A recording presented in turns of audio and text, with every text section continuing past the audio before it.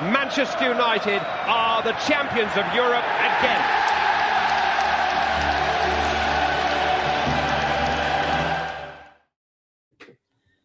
Hello, guys, and welcome back to the One United podcast. I'm joined by James. James, how you doing? I'm doing very well, thank you. Well, I say very well, considering yesterday. I'm doing all right.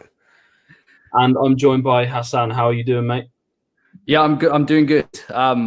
Obviously, a little different circumstances to what you guys were dealing with yesterday, but you know, being an Arsenal fan for the last couple of weeks have been quite tough. But I'm doing okay.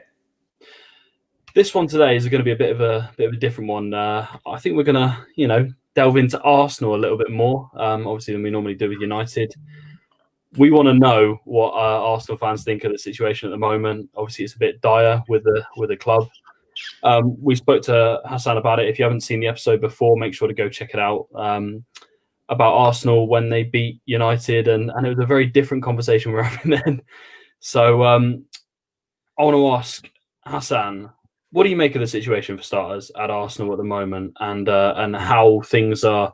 I can't say progressing because they're not. So, what do you make of the situation at the moment? Do you know what? It's been a tough couple of weeks. I think when you look at the highs that we had from last season, winning the FA Cup, defeating Man City in the semi-final. Okay, we won the Community Shield. It is a Community Shield, but we still beat a team that were Premier League champions from last season. The contrast that has occurred from then to now is huge. It's amazing how much a couple of months can change a perception of a manager, a perception of a team, and perception of a club. I've always been that sort of fan who is not too reactionary. I think it's a very dangerous sort of position to be claiming that Arteta should be out now, because I think we're 3 months into the season, we've played 11 games. It's clear to see that this structural issue that we've had at a club has been there since Wenger left. It has never changed. Even when Wenger was there in 2016, we look at the actual players who are in the team. There's the likes of Xhaka, you've got Rob Holding, you've got Bellerin still there from a failed project of Wenger during the 2016-2017 season. I have seen probably some of the worst performances as an Arsenal fan under Arteta for the last couple of weeks. I think there has been a lack of fight. I think there's been a lack of leadership. I think there's been a lack of tactical awareness when you're playing the teams such as Tottenham or you're playing Wolves. Obviously, Arteta is a young manager. I'm not going to criticize him for the players that we've got, because there's a huge amount of deadwood that we need to get rid of. But at the same time, I think that there needs to be a bit of awareness about the way that he has put his trust into certain players. And that's one thing that I find very difficult as an Arsenal fan, is that you see the likes of, a Willian, or you see the likes of Granit Xhaka, or you see Bellerin, players who have been here for, barring Willian, Xhaka and Bellerin, been here for many years, and they still can't seem to get it right. When we have the likes of Ainsley Maitland-Niles on the bench, or you can even go for a Ceballos rather than playing a Xhaka. It's things like that have created a toxic environment around the club. And obviously, as you saw in the Spurs game after that match, you had the likes of Troops coming out and shouting Arteta out. The funny thing is that Barstool and Troops had shirts already created before that match with Arteta out slogans on it. It shows that there's a massive divide in the Arsenal camp at the moment. And you can see that with the players, you can see that with the confidence, you can see that with Aubameyang, for example, where we just have no leaders on the pitch. And it's a worrying situation, I must admit, as an Arsenal fan. But at the same time, I think we need to calm down, because the way that I see it is, during this transfer window, we got Thomas Partey, brilliant player. We got Gabriel, brilliant addition to the team. Personally, I think he's been the best player since the start of the season. The biggest issue we have is the creative side. We tried to go for Houssem Aouar in the summer. Didn't seem to get that through due to apparent agent issues. I don't necessarily think that's true. And then who do we scapegoat and leave out of the team? Ozil, who is our only creative midfielder. Yeah. So there are a huge amount of political issues behind this, and I think as an Arsenal fan, it's been very tough. But at the same time, I'm not gonna be reactionary to a manager who's only been here for a year. I think that this project is going to be a 3 or 4 year process. You can't just base something off 10 poor games. I think you need to be realistic about the position that we're in. We're not a big club anymore, personally, in my opinion. I do think we're a big club. You can see that in the past couple of years. It's been very tough, but it's true. We're not at the levels of City, Liverpool, even United to an extent. That we have owners who don't want to spend money. That's something that we've had to live with for the past 12 years. So I think we need to get real with the situation and not be reactionary to the fact that Arteta has had a bad patch. This is a bad patch. But I'm hopeful that potentially in the next couple of months we can turn it around, especially in January. Yeah, James, I will come to you actually on this.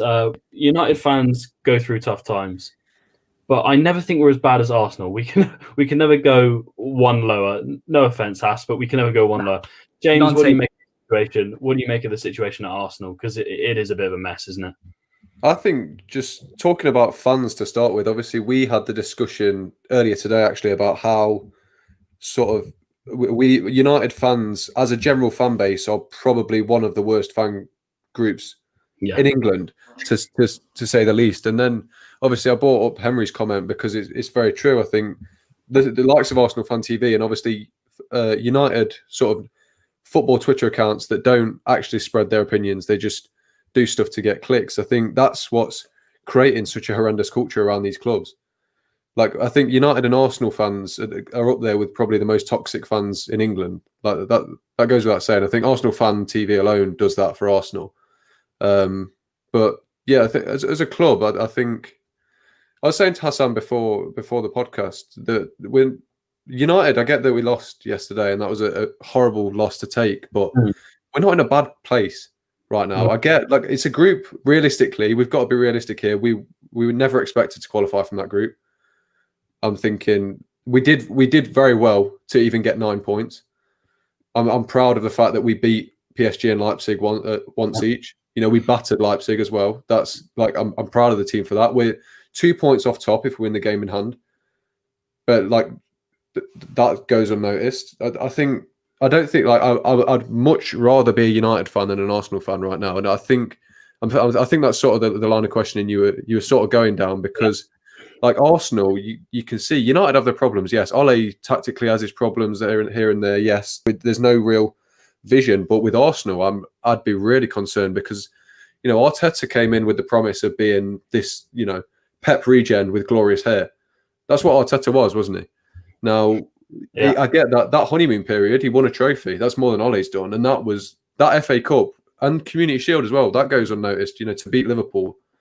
It takes a lot of doing. So 2 trophies in his first 6 months.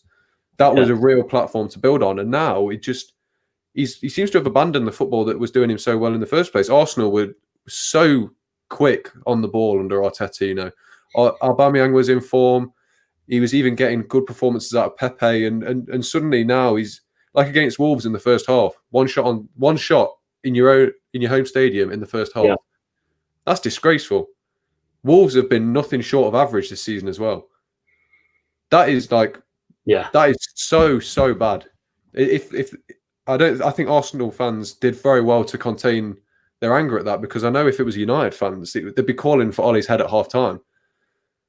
I don't think many people can disagree on that sense. I want to ask Hassan a quick question. Where did it go wrong? Because, the United game you were fantastic. Honestly, you were levels above us.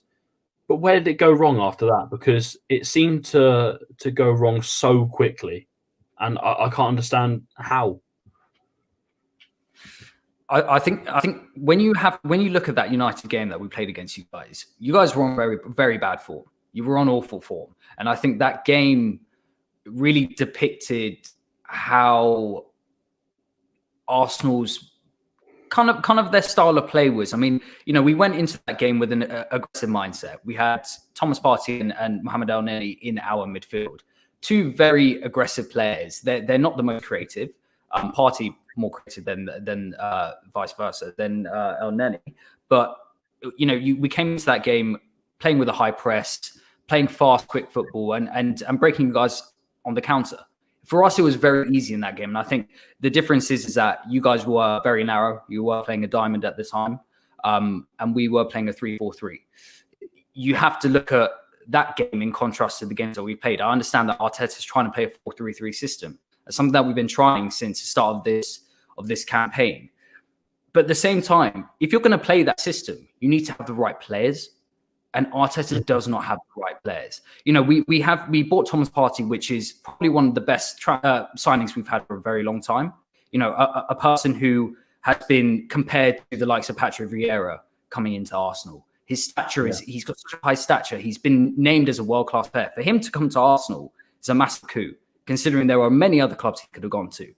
But at the same time, the biggest issue that we had was not getting a creative midfielder.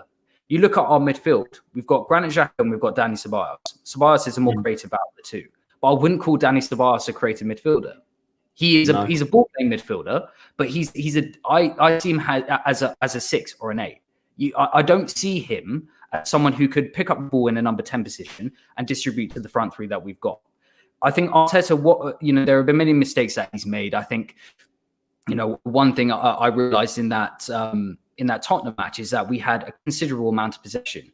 And the difference between the possession from this season to last season is that if you look at the games we played against Liverpool, even in the one where we won 2, I think it was 2-0 or 2-1, the City game in the semi-final and the game against Chelsea in the final, we had less possession, but we faced less shots, but we had more shots on target.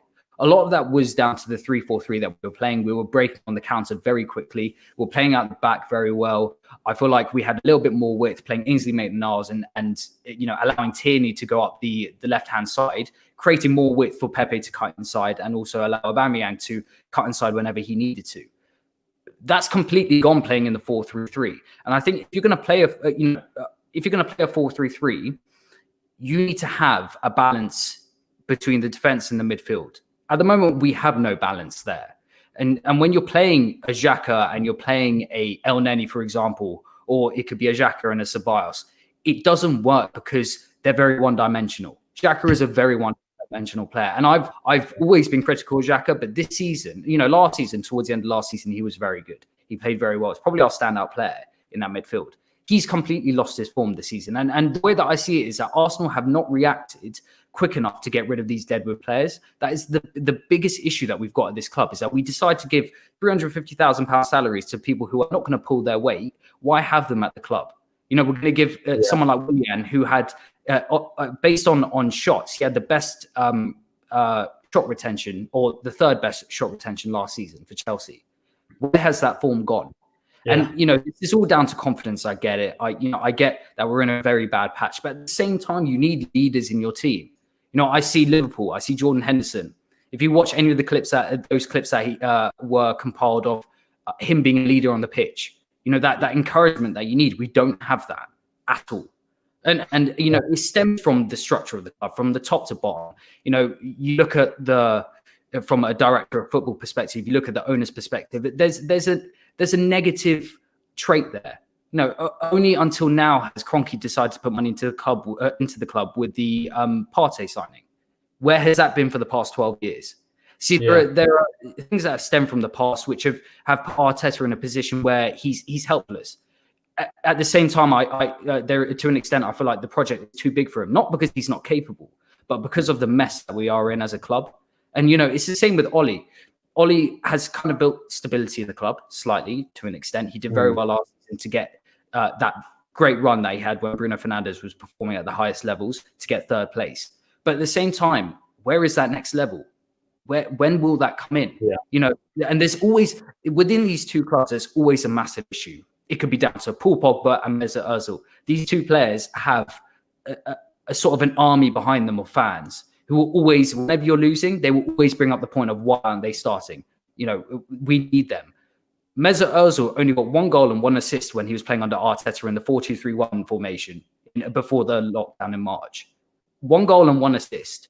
I know that he is there as a creative midfielder and you can utilize him. He may not get the assists that you want, but he can play between those deep lines, especially in the final third.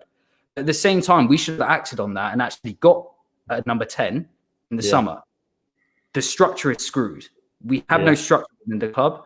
You're putting your faith into Edu, who has not been experienced in the technical director position, and then you've put him at the same level as Arteta in the managerial position. They're working together. There's obviously going to be friction between the two because you don't have that hierarchy system anymore. You have Vinay, then you have Edu, and you have Arteta. How is that going to work as a club? You know, we just got rid of Hus Fahmy, who was our director of football. We got rid of Raul Sanlehi. I know I'm happy we got rid of him because of the dodgy dealings in the transfers. But when you don't have that structure within the top, how do you expect to be a top club anymore? You look at City, you look at Liverpool, you look at Chelsea. They've all improved through their structure and they've all improved through the players that they bought. We were promised to get 3 or 4 new players into the team. We've got 2 players who have been world class players. But at the same time, it's always the same things. The creative side has never been an issue for Arsenal until now. If you actually look in the past 7-8 years, we've always had that good creative element to us, but it's gone. And you know, this all stems from the Wenger era, from the Emery era, now dragging into Arteta era. If Arsenal want to improve as a club, we need to get rid of the players that we have in the team. A massive reshuffle. You know, we're going to be in danger of being in this position for the next couple of years if we don't make a change. Yeah, I want to go on something a little bit different. I've sent James a couple of images. A lineup comparison, I'll call it, between the United game that you played and the Spurs game recently.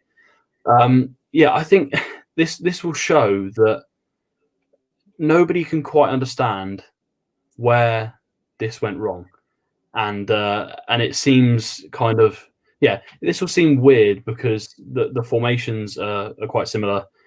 Although for some reason you're playing Lacazette in a 10 now, which I can't for the life of me understand. It's the only creative side we've got at the moment. But this is the game you played against Spurs. This is the formation you played against Spurs. Why is Lacazette in a 10? Why is Lacazette playing as a 10? And Xhaka and Partey, they're decent, but I don't know. I don't really rate Xhaka, and then Bellerin, I thought had a shocker. So, but if you go on the other image ever so quickly, the United lineup that they had, it's not a hell of a lot different. It's really not that much different. It's just a different formation, pretty much. So, James, I'll ask you, why did we lose against this side? How? Well, this is one of the times where that counter-attacking tactic from Arsenal did actually work. You know, they completely restricted any ability that we had to create chances. I think Partey and El Neni both had, maybe not Partey, but El Neni definitely had probably the game of his career. He was astounding, stopped Bruno Fernandes from making any sort of attacking movements happen. You know, they managed to lock down Rashford. There we go. Can't believe I forgot his name. Obviously, I don't. Did Martial play? I don't think he did. He was suspended, wasn't he? Cavani obviously didn't play for very much of it. So they executed that game plan of hold back, sort of restrict the opposition, and obviously they got their reward with the penalty. So that's how we lost. I think it's probably one of the only real good performances from Arsenal we've seen this season, isn't it? Yeah, I want to ask you a slightly different question now. Why has it gone so wrong for Arsenal? Do you think, James? I want to hear an outside perspective of why you think it's gone wrong, because they've got the same players. I think it's becoming more and more evident how important Aubameyang is to that team. Now he's obviously having a bad run of form, but you can't take away from the fact that he is, on his day, one of the world's best strikers. Well, left wingers if you want to play for Arsenal, but you know, that's the good thing about him though. He can play through the middle or he can play off the left just as effectively. Do you know what I mean? He's an incredible player, and it's rightly so. I mean, he's Arsenal's captain, isn't he? He's either he's in a bad form or he's picked up that paycheck that cost 55 people their jobs. We won't talk about that. But he's picked up that paycheck and just stopped trying now that he's getting a lot of money. I don't want to accuse him of that because I don't think that's the case. I think he genuinely just is in a bad patch. But I think once Aubameyang gets going, obviously Saka is one of the best youngsters in the world. He'll get firing again, no doubt. He plays well if Aubameyang plays well, doesn't he? You know, Saka playing left wing back and Aubameyang playing left wing. They complement each other perfectly. Aubameyang cuts in onto his favoured right. Saka makes the overlapping run. You've got two really strong options there, and Arsenal score a lot of goals from that as well. So once Aubameyang gets playing, I think this whole squad starts playing again because, you know, Partey, as we've seen, he's been injured, but he has made an impact on this squad. They've become a lot more defensively sound when he's playing. I'm still not convinced on Gabriel, but there's signs of him being a really good defender as well. Obviously, that adjustment period is just taking the expected time that it would. So reserve judgment. I don't think Rob Holding's good enough to be an Arsenal defender at all, but that's a different story. Kieran Tierney's obviously can be quality, but he's got a mistake in him. So, but just generally, so Partey tidies up that defence, and then once Aubameyang starts firing again, I think this Arsenal side will. There's quality with Lacazette. He's not shown it very much, but there is quality there. Same with Willian. We saw with Chelsea last year. He can play football. I just think it's that's Arsenal's mistake that they've put too much faith in Aubameyang, but that's probably the reason, in my mind, why they're not playing. That was what I was going to say, is and this is the biggest mistake with Arsenal, and it has been for the past 2 years, is that when Aubameyang is not on form, the team doesn't perform. And you look at last season, I said to Hader, I said to him, we are very lucky that Aubameyang scored the goals that he scored last season, because we would be in the exact same position we were in this season last season. There would be no difference, because if you look at the goals that were scored, I think he scored 60% of the goals that we scored last season, or it's some ridiculous number. Yeah.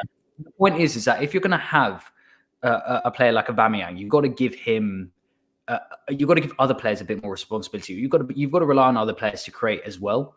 And this is the one thing that Lacazette has been lacking since he first came in to Arsenal when we bought him, is his form has been shot for a very long time. I love Lacazette.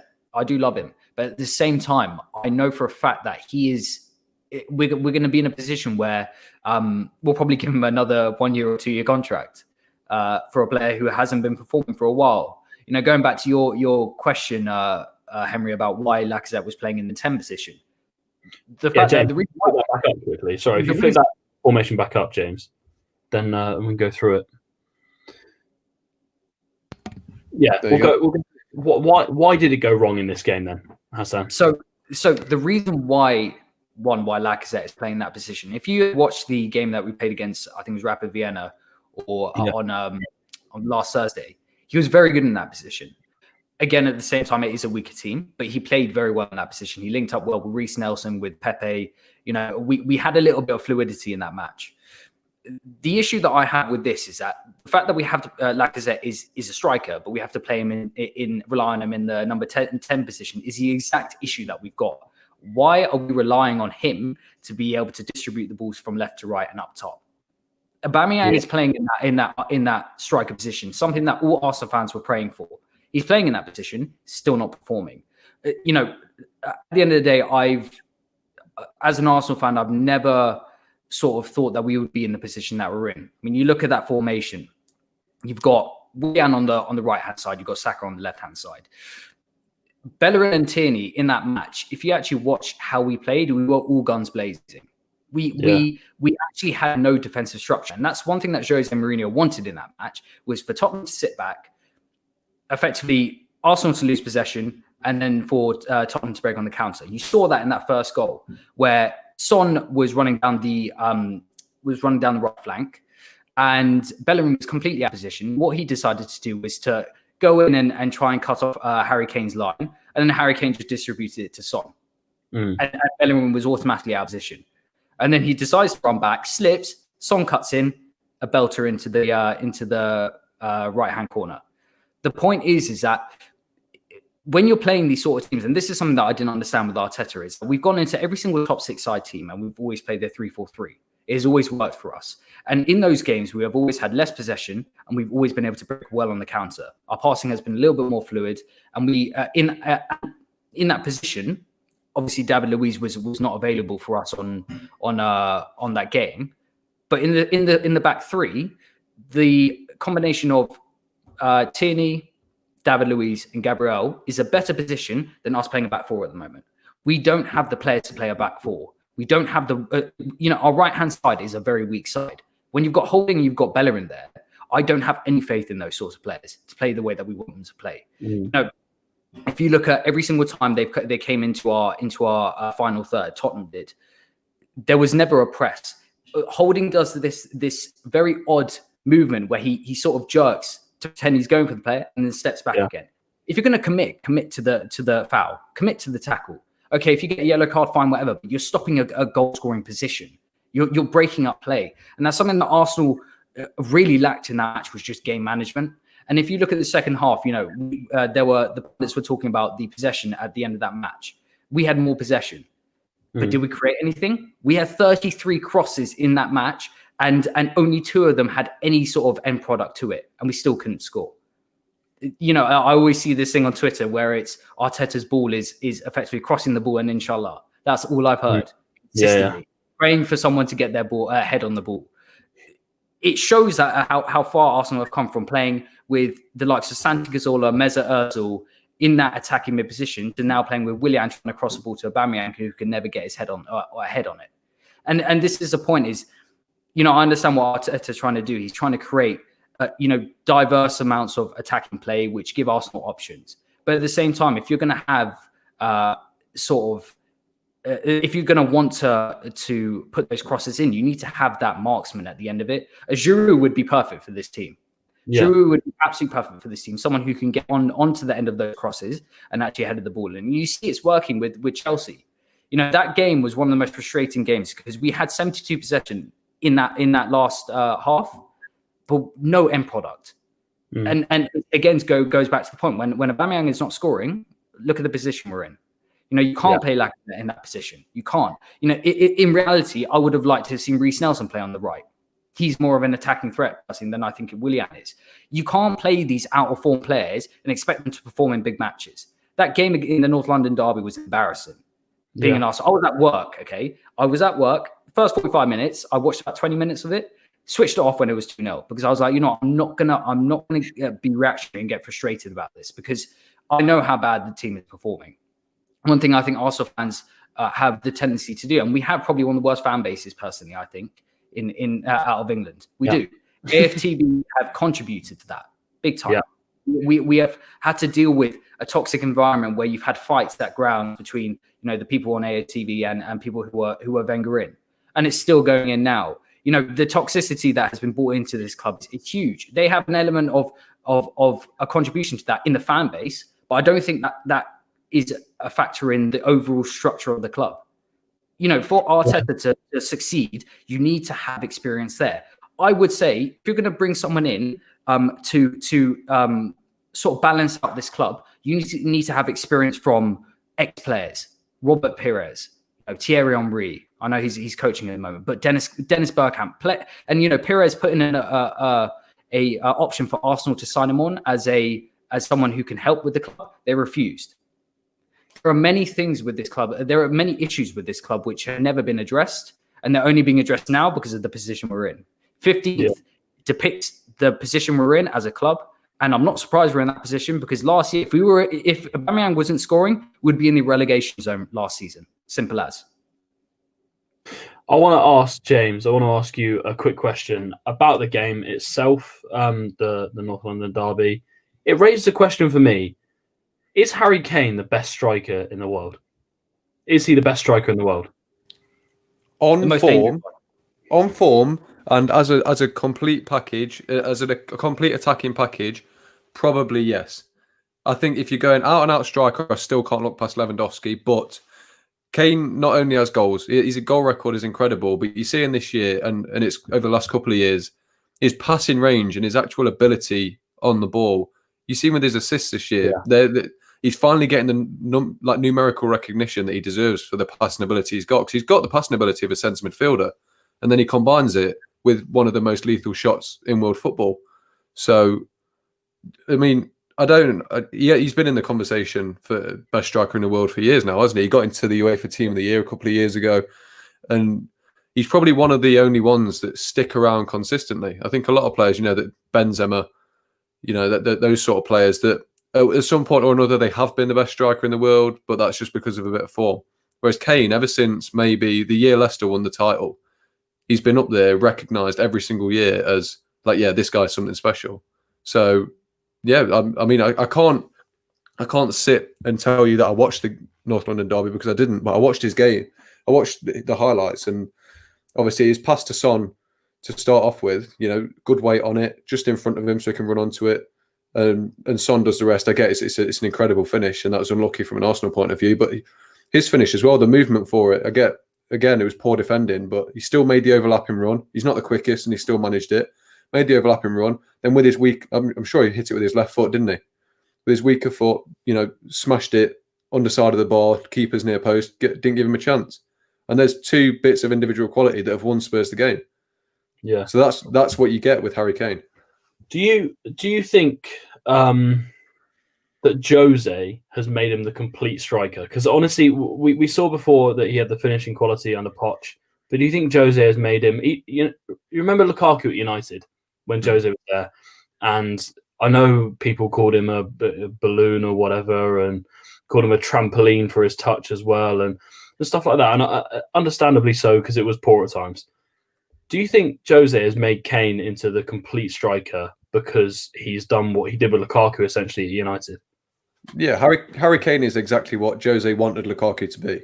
Harry Kane is someone perfect for a counter-attack. He will stay up there. He will hold the ball up. He will lay it off with precision, and then if he needs to, he will then get up the pitch and get into the opportunity to score himself. So he is a Mourinho striker, without a shadow of a doubt. Like Mourinho absolutely loved Didier Drogba. Kane is just an improved Didier Drogba, isn't he? He's powerful. He's big. He's good on the ball, and he's got a hell of a shot. So this Spurs side, just with Kane alone, you saw in the documentary, Jose Mourinho said, I don't know his exact quote, but something along the lines of like, "I'm going to make you special," or something like that. Something like that, anyway. And he's just proved it, hasn't he? I mean, Kane offers exactly what this. I think it's fair to say Spurs are still a bit of a counter-attacking team, aren't they? They are, yeah. But he offers exactly what Jose needs from him. With play, when you've got Bergwijn, Son, Lucas Moura, rapid players running off you. They're not just rapid either. They're technically gifted as well that can do something with the ball. Makes Kane's job easier, but it's still not an easy job. So, I mean, I don't know whether Mourinho made him the perfect player. I think Kane already was the perfect player for Mourinho. He's just now utilising every single good ability Kane has got. I want to ask, I want to go back to Arsenal. And I can't say this without laughing because Arsenal are 15th or 16th now in the league table.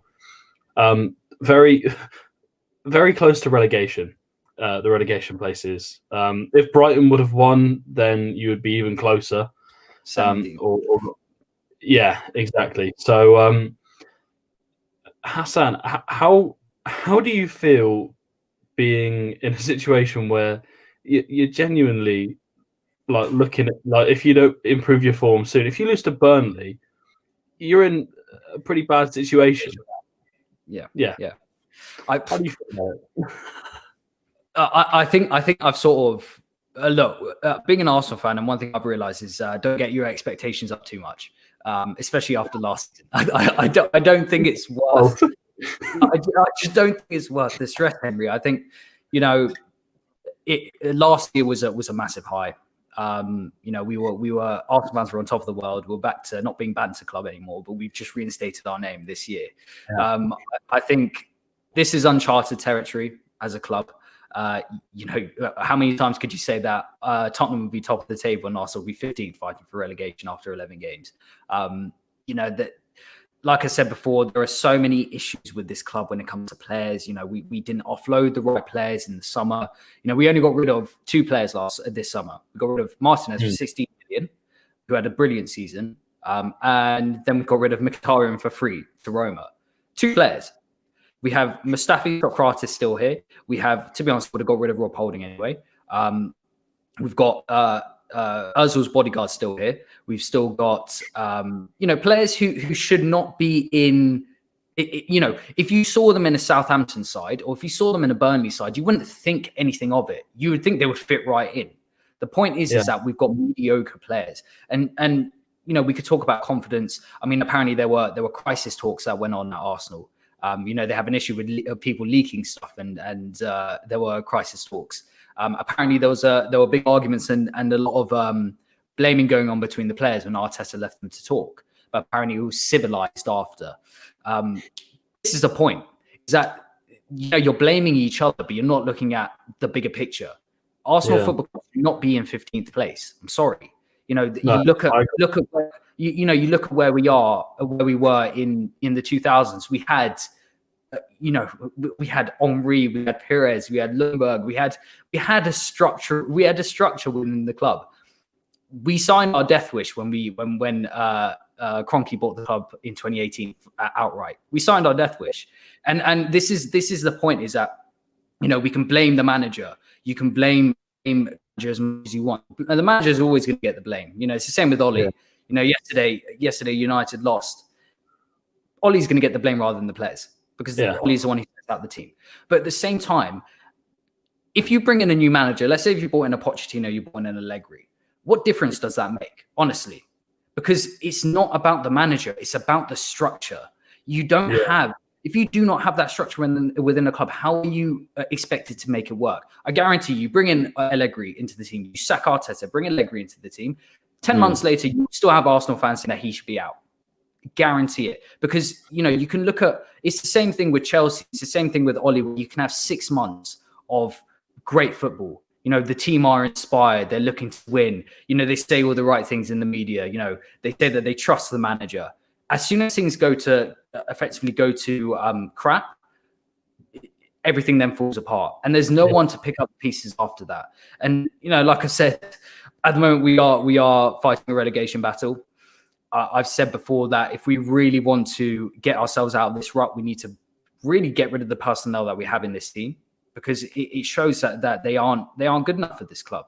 The whole point of Arsenal Football Club and the whole point of being a top 6 side is making the decisions at the right time and still being up there competing. It doesn't matter what players you have, but the element of this club, Arsenal Football Club should be top 4 every single year. They should be top 4 every single year. Yeah, no, I agree. There's something fundamentally wrong with this club. There is. Yeah. And it starts with the top. And I could say again, you got Vinay in that top position. Not really a footballing man. You've then got Edu, and then you got Arteta. And they're the ones dealing with the transfers. Why not bring in, if we were smart, we would have bought in a Monchi from Sevilla. It's not all about spending £50 million on a player. It's about getting the right personnel for the right team and for the right structure for the manager. And when you do not have that, how would you expect the manager to perform the way he does? It's a messed up position. That's all I can say. Yeah.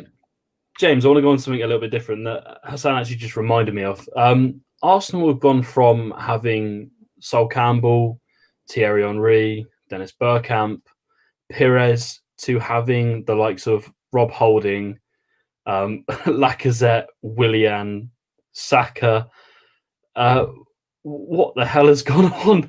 What do you think of the side now? Compared to where it should be, James. For sure. I want to start by saying, no point in mentioning Sol Campbell when they've got David Luiz. I think that's an adequate replacement. But it's just it's like Hassan said, it's just years of non-footballing men making footballing decisions. Like at the time, you pay 35 million for Granit Xhaka at Mönchengladbach. No Arsenal fan had ever heard of Granit Xhaka. They were thinking, right, we've spent nearly 40 million on a player. He will be good. We very quickly realised he wasn't.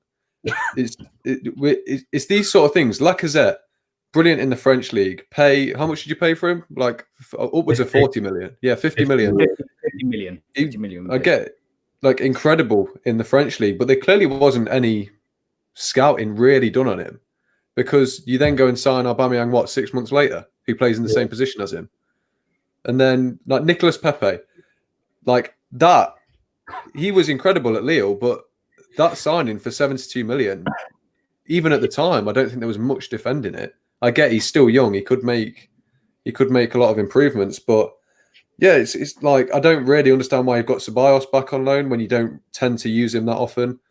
And then there's this. I get they've brought through Saka, but there's this sort of resistance against bringing youth through. Like Joe Willock and Reece Nelson would probably get regular minutes in the United team because they are very good players.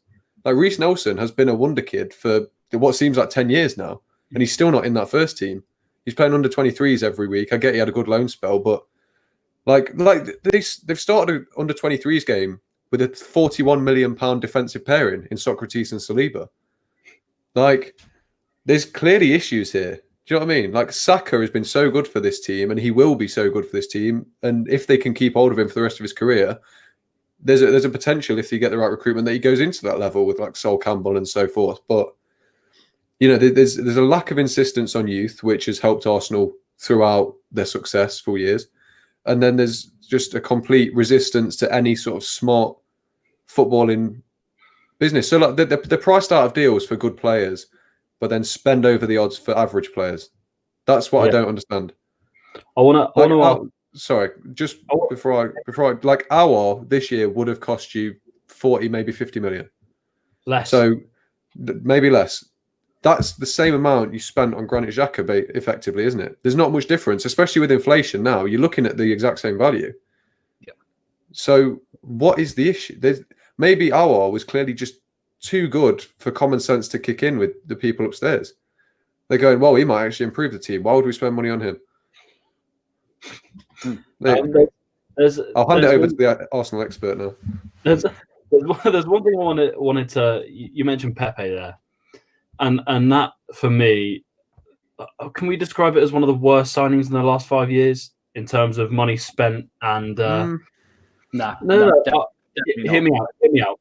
He is the Europa League Ronaldo. So he goes and bags 2 or 3 goals against Molde or Rapid Vienna, and then he goes and headbutts someone in a Premier League game. He has done nothing short of cover himself in. Well, people have just hated on him really because you did spend that money on him. He wasn't worth the money. I don't think he's worth 72 million. He might prove me completely wrong, but he shows moments of brilliance. He reminds me a little bit of Nani when he used to play for United. Fantastic player, but moments of brilliance, never, consistent and consistently brilliant. So, Hassan, you mentioned the recruitment. There are a few signings that we look at. So Saliba, to me, that's a brilliant signing, and I cannot understand why he's not in the first team because he was brilliant at Saint Etienne last year. They've now fallen off because they've lost him. Why is there such a problem with? It's surely got to lie with the management as well because they're not playing these players. Lacazette in a 10. He's not a 10. He's a striker. Saka, you're playing him 1 minute. You're playing him left back. Then you're playing him bloody left centre back or centre mid, or you're playing him left mid. Or none of this lie with the management? Do you know what? This is the tough thing. I blame Arteta for the Saliba situation to an extent. I think with the Saliba situation, you've got to look at it from this perspective. He just had both of his parents had passed away. So his mother had passed away this year. Yeah.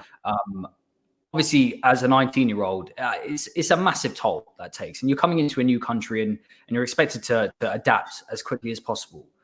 I think I didn't want him to play in the first team for that reason. Because I think when you're at a big club like Arsenal or even at United, you're always going to get criticism if you don't play well.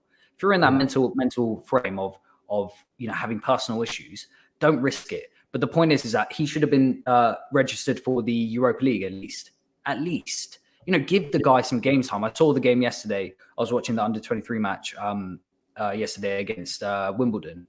He had a very good first half. He was very, very commanding on the ball. He seems a very relaxed guy. He's he's like an Upamecano in a way where he is able to run up with the ball and not scared to take on players and actually distribute it wide. Second half, he had a shocker. He got red carded, second yellow. Yeah.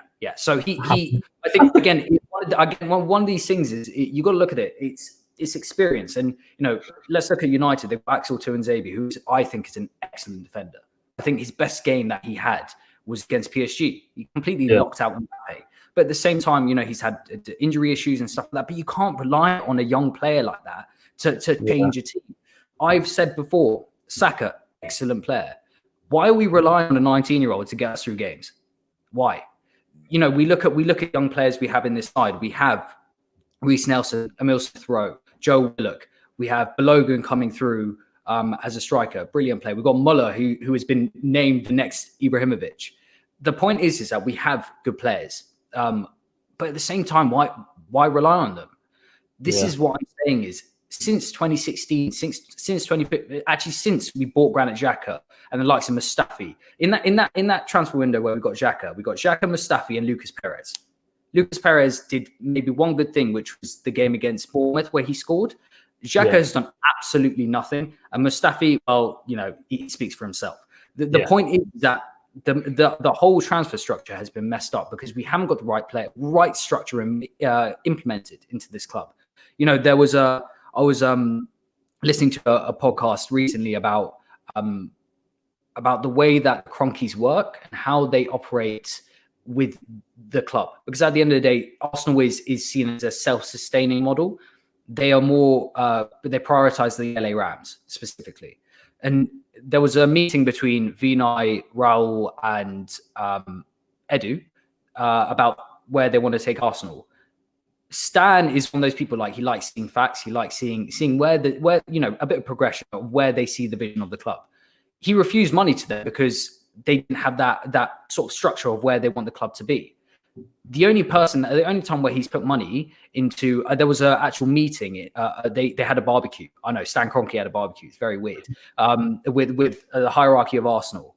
That was when they initiated the move for Nicolas Pepe. If you look at Nicolas Pepe, he is not worth 72 million. The reason why he's worth 72 million is because Raul Sanllehi did dodgy dealings. He would have actually been worth 50 million, but Sanllehi was done for pretty much siphoning more money out and for the benefit of himself in that transfer. I love Nicolas Pepe. I think he potentially can be a world-class player. The point is that 72 million pound price tag has been over his head for the past year a bit since he was bought by Arsenal. And I think when you look at Arsenal's front three, you look at it on paper, you think, wow, that's a strong front three. But at the same time, you've got to have the right structure for the players playing, the right tactics, formation. If we got a right back like Lamptey or Max Aarons, I genuinely think Nicolas Pepe will perform better. The reason why is that if you look at Pepe, he likes kind of coming in on the inside. He likes that inside dip. Having the option of a right back who is able to run those lines on the right hand side gives him the option of distributing to the right and then looking inside in the left. You've got to have, as a player, you've got to have the right players around you. That's why Saka and Tierney have worked very well, because they work in unison and have allowed Aubameyang a little bit more space. Obviously not this season, but when it has worked, Aubameyang has always been allowed to cut inside and take the shot, or even distribute to a midfielder when you're in the final third. The only way that Pepe will work is if he has the right players around him. I honestly think he has been our best player this season whenever he's played. He has. He has got the most goals and assists this season for us. Okay, it's in Europa League. But the point is that he has performed. The guy is if you saw in that game against Rapid Vienna, he's a free roaming player. You've got to give him a little bit of freedom for him to create to actually give him some the ability to play with the ball, put those crosses in. One thing the biggest issue we've had in this team is crossing. We can't cross. Reiss Nelson's my biggest criticism of Reiss Nelson is his crossing. His set pieces are awful. Now, I don't understand what's happening in the training ground for them to be that bad at it, but it's something that we haven't worked on. When Arteta's relying on that, and we're not putting the right balls for the players in the box to actually have an attempt on goal, it's a very sort of naive way of looking at it from Arteta. You've got to have 3 or 4 ways where you can break down the defense. Arteta is looking at the crossing side, and I remember his interview after where he was like, "Well, we put 33 crosses in, so it's a positive, but we don't have the end product." At the end of the day, we wouldn't have to put those crosses in if we had a number 10 in that position, a Houssem Aouar, Emiliano Buendia. If we had Buendia in that team, it would balance out the right-hand side because he can play in that right attacking midfield position, but then also allow us to break down the final third, something we have lacked since Mesut Ozil has been taken out. And the Mesut Ozil thing, just one word on that, it's not about footballing ability, it's about politics. It's always been about politics. It's about his refusal for the 12.5% pay cut, his words on the Uyghur Muslims in China, his issues with the Turkish president when he met up with him in Germany. He got his Adidas sponsorships taken away from him. Arsenal fundamentally have a political issue in this club where they will, oust a player just because he has gone against the grain of what the club is all about. But then again, what is the culture of the club? So what is he going against? Not wanting to take a 12.5% pay cut because he doesn't want to commit to something which he doesn't know about. Come on. This club has been mishandled for the last couple of years, last 10 years. And it's actually frustrating when I look at the position we're in now, because I know Arteta has the ability to do well with this team. Okay, it may take 3 years, but at the same time, it took Klopp 4 or 5 years to actually get a trophy with this Liverpool side. I'm not comparing Klopp and Arteta. Yeah. What I'm saying, these things take time. Yeah. You can't expect things to change in football overnight. Arteta has the tactical awareness to do it. Obviously, he needs a huge amount of work because he's shown that he is very imbalanced with his decisions. But you give him the right players, I guarantee we'll be in a better position by next summer if we get an attacking midfielder in January. I'm praying that the club actually realise this, because they have been dysfunctional since 2010 through their decision making. You know, and it's very tough to look at players like Nicolas Pepe, he scored 23 goals and 15 assists in the French league. You can call it a farmers league, but at the same time, a player of that caliber should not be only getting 5 or 6 assists in a season. You've got to utilize their strengths, and that's one thing that I'd say Arsenal have lacked, is putting in those transfers at the right time, getting the right players to implement into our squad. We can bring in a Gabriel, you can bring in a Partey. What about an Aouar? What about Buendia? You've got to have a spine, and that's something we've lacked for so long. We've brought in these players, but then we're missing that key element for it to work. And, you know, as an Arsenal fan, it's frustrating to watch. You know, it's the same, you know, United, one thing I'd say about them is that, okay, they don't spend their money necessarily well, but they, you know, look at Bruno Fernandes. He changed the club's culture within coming in January. That's the sort of player we need, a leader on and off the pitch. And if we don't have that, then, you know, where do we see ourselves going? Well, at the moment, relegation. That's it. I want to ask a final question, and before I do, I just want to say that the only thing Hector Bellerin's good at is planting trees. I can't even do that at the moment. I want to ask a final question to you both. I'll come to James first. James, Arteta or Ole? And why? That's a hard one, isn't it? Because off the bat, like pure managerial ability and like in terms of potential as well, the manager that could guide you to a league title is Arteta. But Ole has a lot of things on his side as well. He's got 10 years of experience. He's clearly a good man manager. We've seen that. Apart from Pogba, there's not many.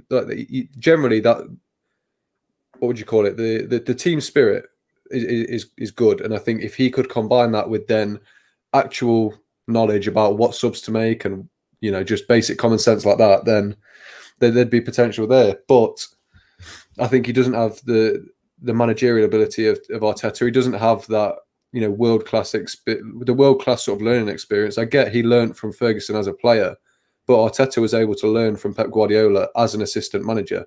Those two experiences are completely different, because Arteta can focus solely on the team and what they're doing, whereas Ole, when he was learning off Fergie, had to also focus on his own game and to continue playing. So, yeah, I think that potential and that experience that Arteta's already developed means he has a higher ceiling as a manager, and he will be.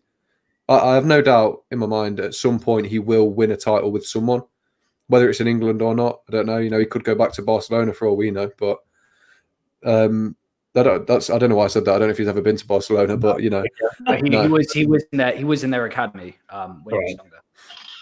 But yeah, I think Ole right now is doing better, so that's what would sort of swing in his favour for me to say who would I prefer. But I think if you're looking long term, I'd have to go with Arteta. Definitive answer then, Arteta. Arteta, yeah.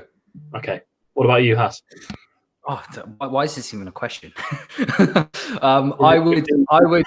would be Arteta. The reason why, and I think if you look at Manchester United in the past 2 years, you guys have a title-winning squad. You do. Yeah. The players you've got, the caliber of players that you've got, you guys have got a title-winning squad. You know, you have Bruno Fernandes, the most informed player out there, personally, I think. Obviously, he has his bad games, like yesterday. He didn't play particularly well. But he's shown why he's the best midfielder in England at the moment. Probably one of the best players in the world at the moment. At the end of the day, the way that I see it is, if Arteta wants to be successful at Arsenal, he needs a personnel. You know, if you look at Oli at United, like I said to James, and like Hader has said many times, he's consistently inconsistent with the performances. Yeah. You know, you can go on the funny thing is that you guys played poorly in the first half against West Ham, but then you guys pull it out of the bag when you're relying on Rashford and Bruno. It's the same thing with Aubameyang. You know, you're relying on 2 players to get you out of a rut.